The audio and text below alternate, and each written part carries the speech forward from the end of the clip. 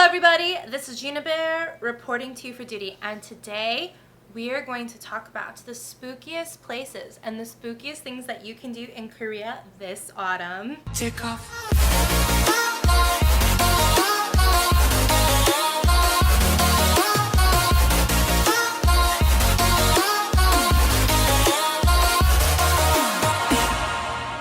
Everybody, welcome back to my channel. My name is Gina. I've been an expat abroad in Asia for the last 7 years. So if you guys like life, love, and travel abroad, in particular Korea and Japan, please be sure that you hit that subscribe button, hit that notification bell, and follow me on Instagram because that's where all the good stuff goes down. And if you guys are thinking about teaching English in Asia, I am partnered with an amazing TEFL company called ITTT. They're offering all of my viewers and subscribers 15% off of their TEFL certificate. So if you click on the link in the description box below, you will automatically get that discount. Now that that's all out of the way, y'all, spooky season is officially here. So for all of you spooky dudes and dudettes, you guys are gonna really love this video. And I'm just loving the cooler autumn weather and like the fashion that I can show off because of it. So let's get up into this video and I'm gonna take you along the coolest places that I've researched and know about. So the first place that's on my list, and maybe you guys have heard about it, maybe not, is the Gonjiam Psychiatric Hospital. Now, this place has been abandoned for I don't even know how long. Now, this is located in Gwangju, Gyeonggi-do, which actually isn't that far from where I live right now. Back in the 90s, there were a series of unexplainable and unfortunate deaths that happened at this place. Unfortunately, in South Korea, mental illness is looked at as something that people don't have very much empathy to because they don't understand it. Apparently, these patients were abused, there were some fishy things that went on, and finally it closed its doors. It's said that the hospital is haunted by the spirits of the people who wrongfully died in the facility, and as a result, the movie The Gonjiam Haunted Asylum was actually made, and because of the popularity of the movie, a lot of tourism came to the place, but because of the vandalism, they put up a fence. So unfortunately now the only way that you can see it is through a fence of barbed wire. Now, me personally, would I ever go to this place? Hell to the no. I believe in the supernatural and I would never, ever, ever set foot near this place. Now, the next haunted place in Korea is called the Independence Gate. Now, as you guys know, Korea has a very long history and also a sad history of Japanese colonial rule, of the Korean War, and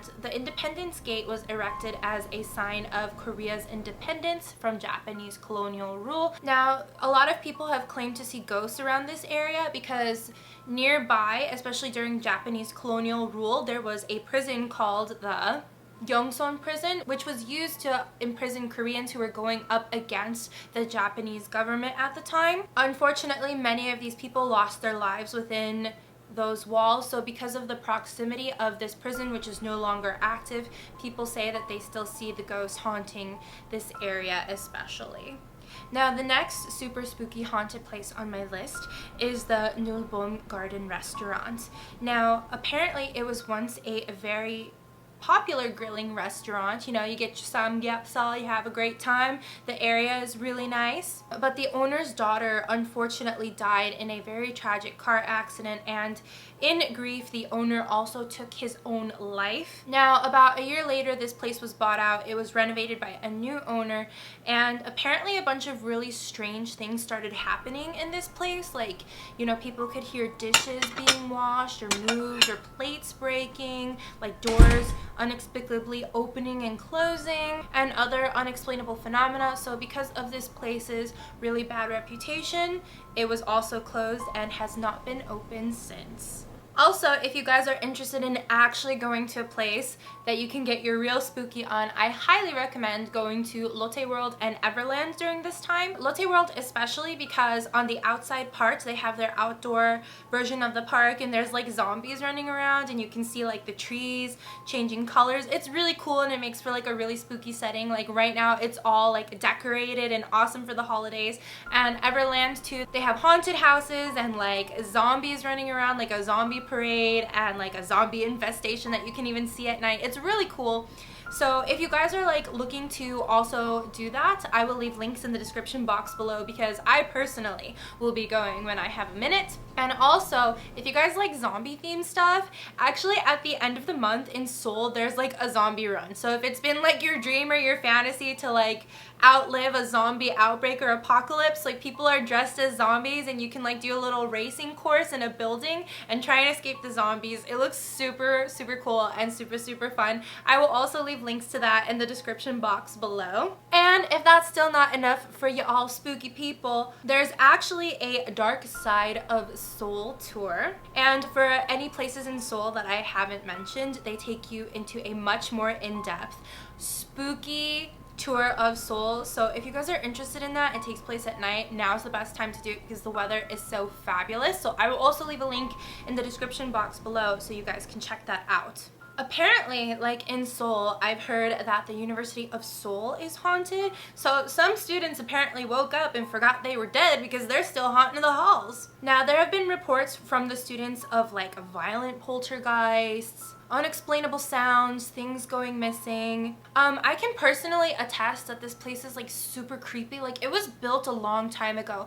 I noticed that in the classrooms, because I had to take my kit placement course there, that there were these like super heavy, like at least this thick steel doors on every single classroom. So that kind of creeped me out. So I think just the building in general is creepy, but that's just me. But if you're a student there, I mean, go ghost hunting, have at it. If you're not, don't be a dick and trespass. But I thought I'd let you guys know that this place is actually considered haunted.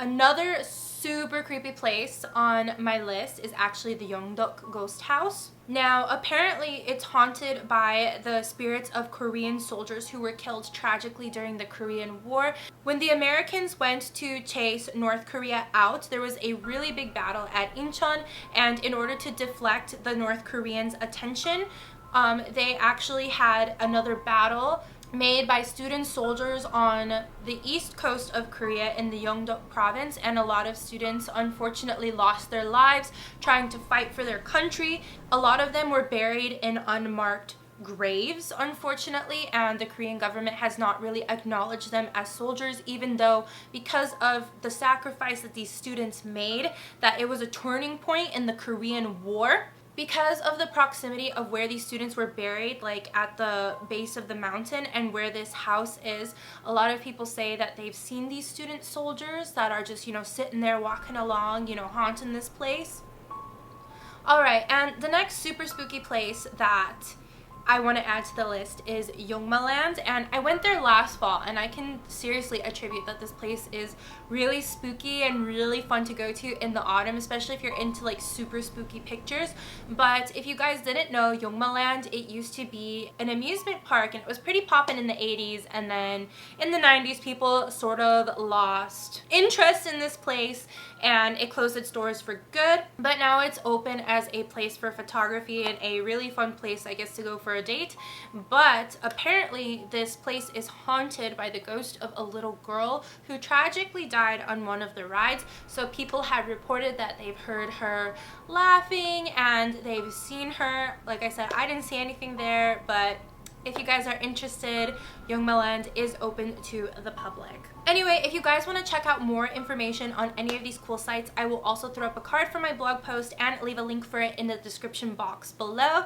And I hope y'all enjoyed this video. Which spooky thing would y'all spooky gals and dudes end up doing this fall in Korea? Let me know in the description box below. Don't forget to take advantage of that 15% off TEFL coupon.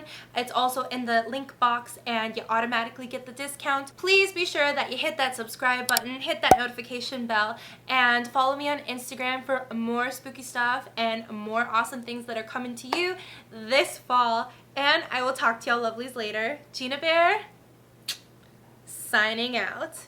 Just tell me where you wanna go. Let me take you there. You see, I've been around